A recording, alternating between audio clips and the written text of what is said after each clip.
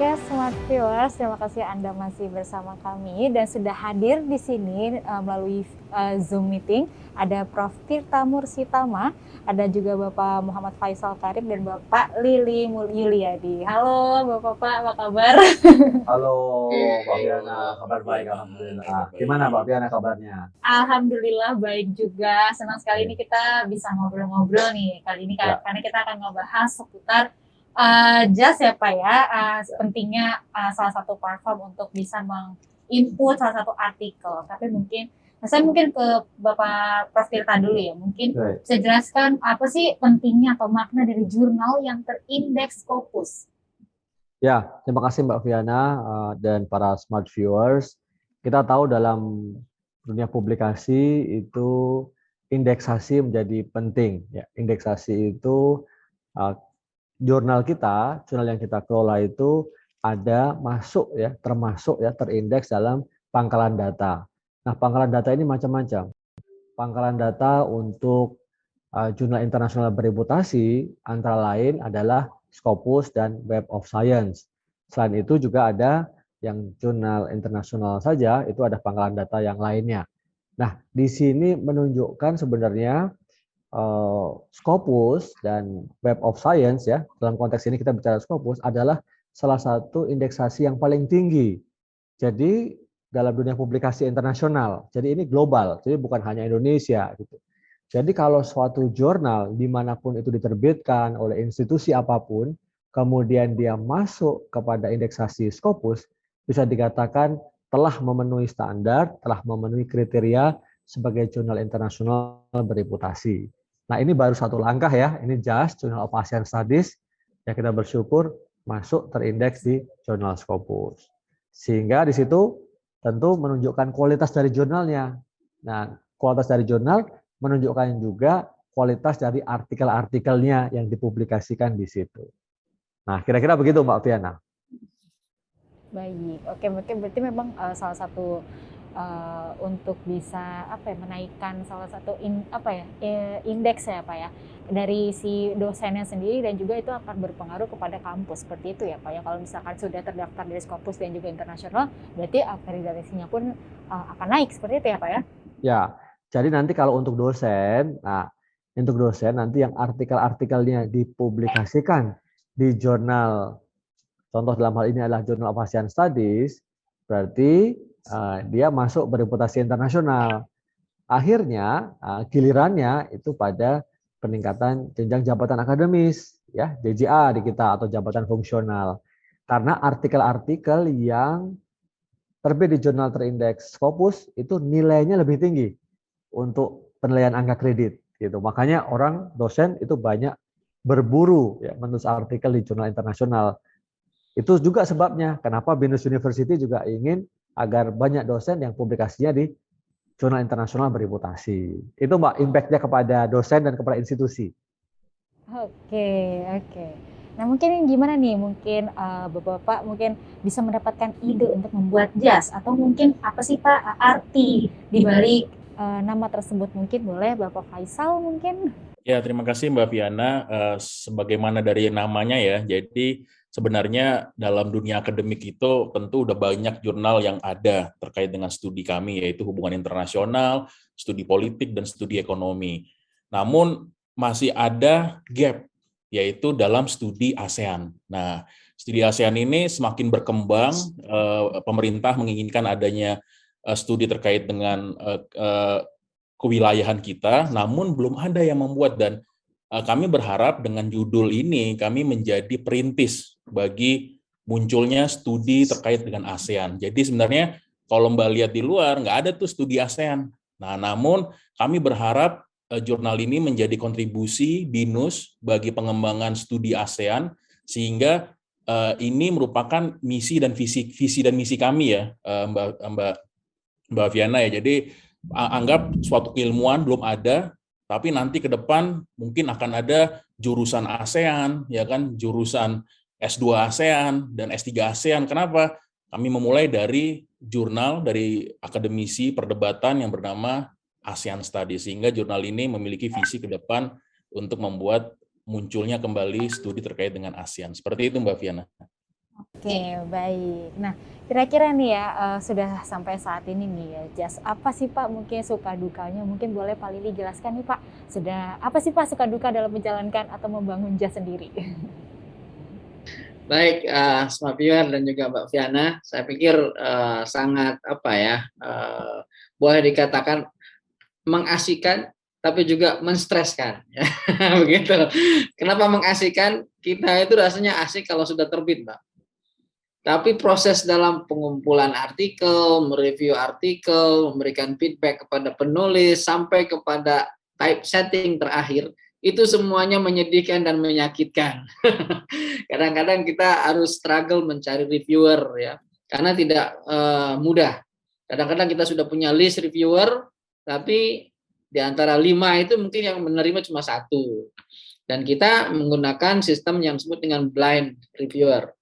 Artinya double blind juga kadang-kadang. Artinya 2 reviewer at least yang tidak tahu siapa penulisnya gitu kan, diberikan saja hanya topik dengan artikelnya gitu.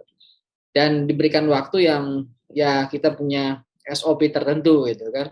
Ya kapan harus menjawab, mampu tidak mampunya mereview, kemudian kalau sudah mampu berapa lama dia harus mereview gitu kan.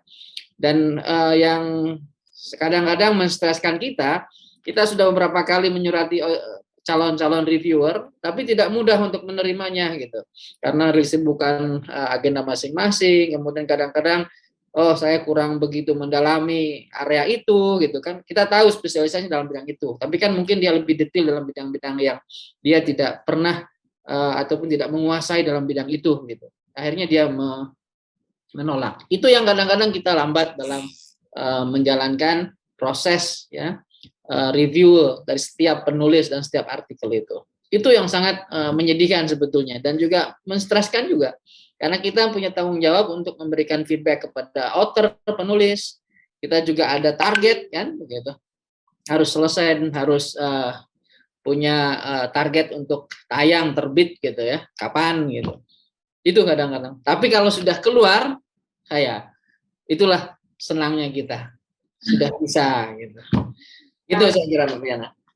Oke, nah gimana nih Pak, mungkin bagaimana caranya agar mampu membuat jurnal ini berkualitas dari segi substansi dan beragam dari segi penulis? Mungkin saya ke Prof. Tirta, gimana nih Prof? Ya, Mbak Viana, tentu nanti teman-teman juga bisa menambahkan ya, bahwa berkembangnya suatu jurnal itu karena ada komunitasnya. Artinya komunitas dosen atau peneliti yang memang mengkaji masalah itu, yaitu mengaji masalah yang spesifik tadi, kajian terhadap ASEAN. Nah, tidak mungkin satu jurnal itu berkembang kalau komunitasnya juga lemah. Nah, jadi di sini perlu juga mengedepankan ya bahwa publikasi itu adalah hilirnya. Jadi proses hulunya, artinya itu proses penelitiannya, ya kemudian ada juga mungkin pemberi grantnya ya, atau institusi-institusi lain yang mendukung, itu juga perlu kita edukasi. Nah, penelitinya juga kita edukasi, dosen-dosennya, mahasiswa-mahasiswanya kita dorong untuk juga mengkaji masalah ASEAN. Kalau itu sudah menjadi membudaya, misalnya seperti sekarang ya, kita kan saat ini hidup dalam masyarakat ASEAN ya, ada masyarakat ekonomi ASEAN, masyarakat politik security ASEAN, ada masyarakat sosial budaya ASEAN. Nah, ini kadang-kadang kita hanya kenal jargon saja ya, masyarakat ekonomi ASEAN. Tapi apa dampaknya? Apa sih sebenarnya masyarakat ekonomi ASEAN itu? Mungkin nggak banyak yang tahu. Nah, itu yang harusnya kemudian kita teliti dan menjadikan publikasi yang baik. Nah, ini satu rangkaian ya, sehingga menjadikan jurnal itu bisa berkualitas. Nah, hal yang menunjukkan kualitas juga adalah dari impact-nya, atau ukurannya adalah citasi ya, dikutip atau tidak artikelnya itu. Kalau tadi risetnya bagus, ya, kemudian bagus itu berkualitas ya, analisisnya itu sangat tajam, mungkin juga sangat konstruktif, kritikal, kemudian juga untuk pengembangan keilmuan maupun juga untuk pengambilan kebijakan, nah itu pasti akan banyak orang mengutip gitu. Itu salah satu contoh kualitas dari jurnal, sehingga mereka tuh hidup dalam komunitasnya. Nah, ini kan penting. Makanya tadi Pak Lili sampaikan juga bagaimana kita suka dukanya mencari reviewer Kalau kita sulit, artinya sebenarnya para ahli, dosen-dosen gitu, peneliti yang fokus di kajian ASEAN itu masih mungkin sedikit ya atau jarang. Nah, makanya tadi Pak Faisal juga menggarisbawahi bahwa pentingnya gitu ahli-ahli ASEAN di sini ada gapnya. Nah, ini yang kita isi gitu. Nah, mungkin teman-teman boleh juga nih menambahkan gitu ya, kalau memang ada gitu. Itu udah Bu Fiana dari saya. Oke, baik. Mungkin menurut Bapak Faisal seperti apa, Pak? Baik, terima kasih Mbak Fiana. Jadi tentu tadi yang sebutin ya sama Pak Lili dan Prof. Tirta, betapa susahnya kami mencari penulis-penulis internasional. Jadi cara kami tentunya adalah sebagai jurnal baru dan sebagai jurnal yang mungkin notabene tidak dikenal di kalangan akademisi internasional, kami harus berjejaring. Ya, jadi di awal kami mencoba untuk attract berbagai macam scholars di bidang kami, dewa-dewanya lah bisa dikatakan seperti itu, di field kami untuk menjadi editorial board. Nah, ini strategi. Jadi kami mengundang Profesor Amitav Acharya, salah satu profesor ternama di studi ASEAN, dan beberapa mantan menteri luar negeri, ya kan, dan berbagai macam scholars di bidang ASEAN untuk duduk menjadi International Advisory Board. Dalam hal ini adalah bagian daripada editorial board. Kenapa? Kami ingin menunjukkan bahwasanya kami serius. Kami bukan jurnal kacangan, tapi kami jurnal yang memiliki visi untuk menjadi jurnal terdepan di bidang kami. Oleh sebab itu yang kami lakukan pertama. Yang kedua tentunya adalah kami meminta ya jaringannya Prof. Tirta, jaringannya Pak Lili, jaringan teman-teman Indonesia untuk meminta para scholars-scholars internasional menulis di kami, walaupun tetap dengan proses review yang ketat. Tapi kami mencoba meminta mereka untuk menjadikan JAS sebagai salah satu outlet keilmuan mereka, dan itu sukses dalam artian kami berhasil meng-attract berbagai macam scholars dari penjuru dunia, dari Amerika Serikat, Inggris, Eropa, dan Australia untuk menulis di jurnal kami. Itu mungkin ya Mbak Fia. Oke, baik. Menurut Pak Ledi mungkin boleh ditambahkan. Oke, salah satunya saya pikir ya, meneruskan saja, yaitu peran reviewer ya. Peran reviewer itu sangat penting untuk meningkatkan kualitas, baik kualitas penulisan, author, ataupun kualitas makalah, ataupun paper yang akan masuk ke jurnal kita. Gitu. Makanya saya pikir dalam masa kurang lebih ya 9-10 tahun ya, JAS akhirnya terakomodasi untuk di indeks Scopus gitu kan banyak jurnal-jurnal yang lain, malahan di HI itu ya di Indonesia hanya JAS lah yang termasuk di indeks di Scopus itu. Nah, saya kira untuk track record-nya diantaranya adalah satu tadi Pak Faisal sudah bilang kita banyak authors, penulis, penyumbang yang dari luar negeri. Yang kedua adalah juga proses review-nya. SOP dalam review-nya itu kita betul ikuti ya melalui blind reviewer, double blind reviewer gitu kan. Sehingga reviewer ini juga meningkatkan kualitas artikel itu. Karena setiap reviewer akan memberikan feedback terhadap tulisannya, baik dari segi bahasa, baik dari segi konten, subjeknya gitu. Nah, dengan itu akhirnya kan tahu sebetulnya the latest studi tentang ASEAN itu ya mungkin di JAS itu gitu kan. Oleh karena itu adalah sangat spesifik. Dan itu saya kira kontribusi reviewer yang tidak kita bisa kecilkan itu ya. Itu sangat besar sekali peranannya untuk meningkatkan kualitas. Makanya banyak juga sekarang apalagi setelah terindeks di Scopus, kita ini hampir tiap hari menerima artikel. Ya, dan disitulah kita bisa cepat-cepat menolaknya juga gitu. Kalau melihat kualitas tulisannya, bahasa Inggrisnya terlalu parah ya, dengan memperkirakan kontennya juga kurang menarik, itu kita langsung dalam masa seminggu 2 minggu bisa langsung ter-reject gitu. Karena alhamdulillah kalau dulu kita struggle untuk mendapatkan artikel, kita sekarang sudah struggle untuk membaca dan mereview artikel itu yang tiap hari datang ya, kadang-kadang ada 2, ada 3. Dan dalam masa sebulan itu kita sudah numpuk untuk direview. Dan disitulah saya pikir mulai kita sudah mempunyai bank paper gitu. Sehingga kualitasnya semakin kompetitif, bukan hanya mengadakan seadanya, gitu, tapi justru kita melihat dan memilih yang lebih berkualitas dari papernya. Kemudian tambah juga reviewer yang akan memberikan feedback terhadap konten, ya, substansinya itu sendiri. Saya kira itu Mbak Piana. Oke, baik. Nah, mungkin kira-kira nih artikel seperti apa yang JAS terima, atau mungkin ada nggak sih mungkin kriteria khusus gitu? Mungkin dari Prof. Tirta? Ya, baik, nanti teman-teman juga akan menambahkan ya. Tentu yang pertama artikel itu harus masuk sesuai dengan aims and scope dari jurnal ini. Jadi tujuan jurnal kita itu kan kajian ASEAN ya, kajian kawasan tadi Pak Faisal sudah sampaikan, kawasan Asia Tenggara. Nah, kita melihat bahwa setiap artikel yang masuk itu harus memenuhi itu. Jadi pertama, kajiannya harus tentang Asia Tenggara. Kajian tentang Asia Tenggara ini bisa tentang kawasan Asia Tenggara sebagai satu regional, suatu kawasan ya, atau juga negara-negara yang ada di kawasan Asia Tenggara, tetapi yang memiliki kaitan ya, dengan kawasan Asia Tenggara secara keseluruhan, bahkan juga mungkin kalau ada implikasinya ke global. Nah, tidak bisa kalau misalnya kajian Indonesia saja, nah itu nggak bisa. Kan Indonesia ada dalam ASEAN, betul. Tapi kalau tidak punya kaitan sama pengembangan kawasan Asia Tenggara, atau bahkan mungkin dengan ASEAN sebagai institusi ya, kita kan tahu ya ada Association of Southeast Asian Nations itu yang kantornya di Singamangaraja ya, di Blok M itu ya. Nah, kalau nggak ada tentang itu pasti kita tolak, sebagus apapun. Nah, jadi pertama kalau saya, biar nanti yang lain juga menambahkan ya, sesuaikan dengan aims and scope-nya. Nah, mungkin Pak Faisal, Pak Lili bisa tambahkan dari aspek-aspek lain agar bisa lebih kaya gitu ya diskusi kita sore ini, silahkan. Oke, gimana Pak Faisal? Ya, terima kasih Mbak Viana. Sebagaimana yang disebutkan oleh Prof. Tirta tadi, yang paling penting pertama tentu aim and scope. Nah, itu deadline kita lah. Yang kedua tentunya adalah bagaimana artikel ini mampu berkontribusi secara theoretical dan juga empirical. Artinya apa?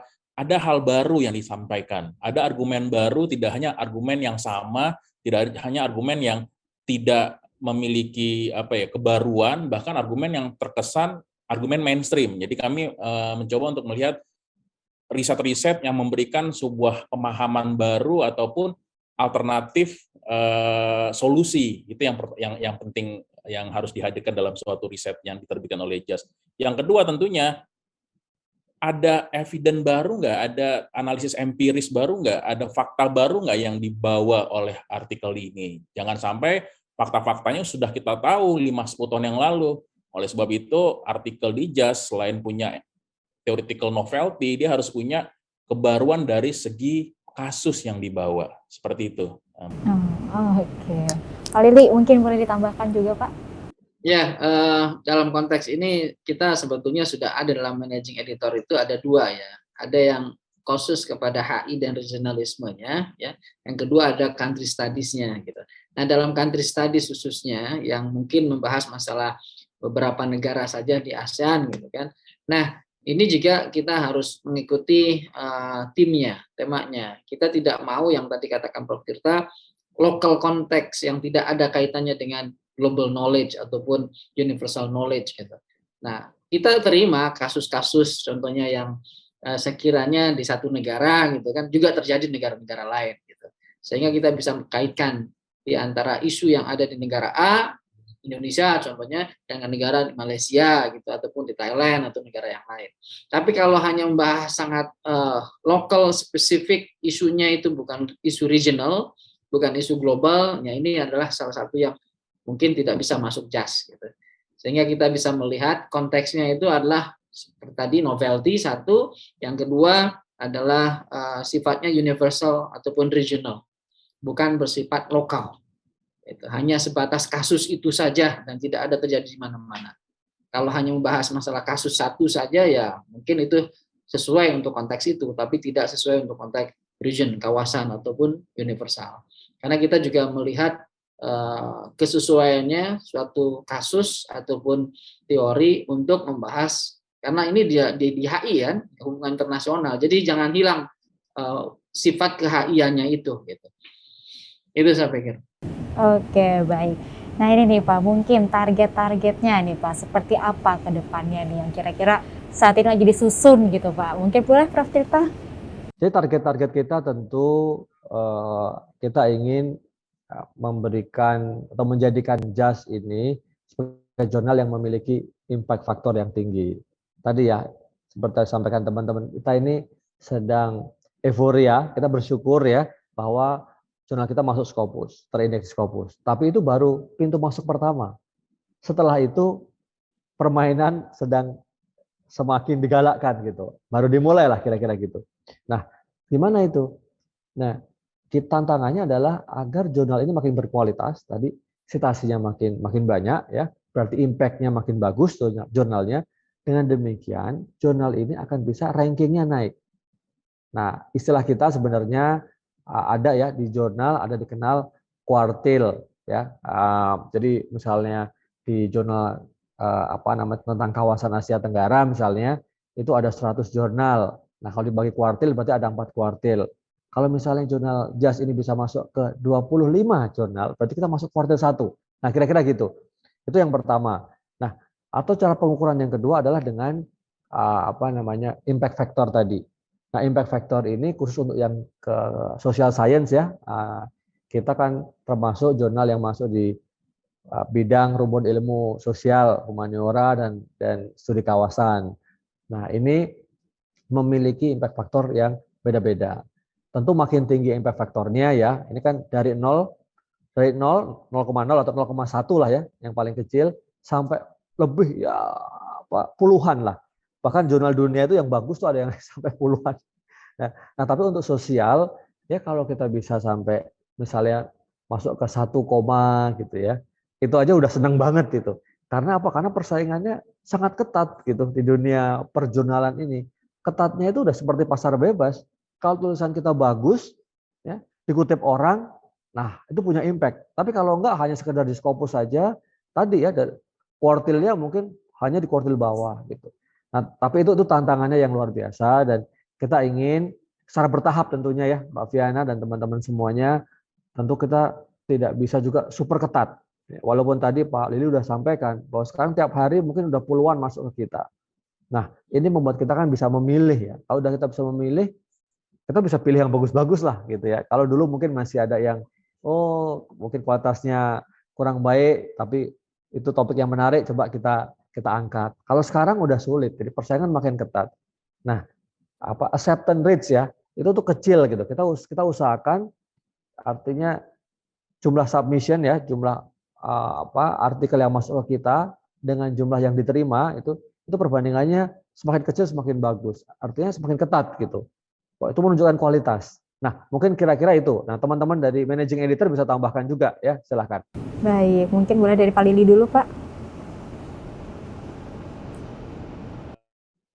Mana sebetulnya Prof. Tirta, tentu Q1 merupakan impact daripada kualitas ya. Tentunya sebagai lebih lanjutnya adalah ya mengikuti ini ya, BINUS ya, Empowering the Society, tapi mampu dibaca oleh kalangan policy makers, terutama di kajian hubungan internasional dan kebijakan luar negeri, sehingga memiliki dampak yang real. Itu yang pertama. Yang kedua tentunya adalah kita berharap JAS dapat menjadi sebuah outlet bagi perkembangan perdebatan termutakhir tentang ASEAN. Jadi tidak hanya menjadi bacaan bagi kalangan akademisi, tapi menjadi rujukan bagi para penstudi, baik teman-teman di S1, S2, maupun S3. Dengan arti lain, ini menjadi rujukan bernas bagi para penggiat ASEAN. Mungkin itu, Mbak Viana. Mungkin Pak Lili, Pak, boleh ditambah. Oke, terakhir saya kira sudah disebutkan semuanya. Since kita ini betul tadi ada Q1, Q2 gitu kan. So far kita masih mempunyai citation impact-nya 0.4 ya. Yaitu ya untuk social science 0.4 itu udah lumayan. Ya lumayan. Artinya citation-nya itu udah semakin meningkat gitu ya. Nah, oleh karena itu tren kita adalah bagaimana meningkatkan citasi dulu supaya dia mendapatkan dampak ya. Artinya semakin banyak citasi kan semakin banyak orang yang membaca. Kalau dapatkan 100 readers saja belum tentu semuanya mengutip gitu kan. Dia hanya sebagai knowledge saja. Tapi kalau yang menulisnya itu dari 100 itu ada setengahnya ataupun seperempatnya aja yang mengutip, itu sudah luar biasa. Kita bisa jump untuk menjadi kuartal ataupun Q2, Q1 pun bisa malahannya untuk social science. Karena social science itu rendah, lain dengan science ya. Kita udah 0.4 aja udah lumayan. Nah, gimana strateginya? Ya, hopefully dengan adanya kita mensolidasikan untuk dibaca gitu kan, dengan melalui open access journal itu, melalui Twitter, melalui WA ataupun Instagram ya, media-media lain, akhirnya kita mendapatkan reader yang lebih banyak, akhirnya yang bisa mengutip, seperti tadi, mengutip untuk tulisan yang lain mungkin, yang akhirnya kita dijadikan sebagai rujukan. Yang kedua, mengutip untuk dijadikan sebagai policy ataupun kebijakan gitu kan ke sebuah negara, dan itu merupakan salah satu yang kita dambakan sebetulnya. Ada implikasi praktisnya dan juga ada theoretical-nya kepada penulisan-penulisan yang akan datang gitu. Sehingga ini merupakan sumber ilmu dan juga sumber kebijakan untuk sebuah pemerintahan. Itu saya kira. Dan setelah itu kita otomatis akan terus naiknya. Q2, Q1 itu akan tercapai kalau emang itu kita konsisten ya. Dengan adanya reader semakin banyak, pengutip semakin banyak, apalagi kalau ada yang mengapresiasi menjadikan sebagai bahan input untuk diimplementasikan di kebijakan-kebijakan nasional ataupun regional. Itu saya kira, Mbak Piana. Oke, baik. Terima kasih. Mungkin udah cukup ya untuk semoga kedepannya mungkin bisa target-target yang sudah dicanangkan semoga bisa tercapai, semakin dikenal juga jasnya dan semakin banyak nih para dosen atau yang mulai menginput lah artikelnya di JAS sendiri. Terima kasih Prof. Tirta, Pak Faisal, Pak Lili. Ya, Terima terima kasih kasih. banyak Mbak Piana, Iya, News TV sukses. dan Smart Ya, baik. Viewers. Ya, terima Sukses kasih banyak. terus ke depannya dan Mas Fitz, tadi perbincangan saya. Akhir kata saya Fiana Anindita pamit undur diri. Terima kasih dan sampai jumpa.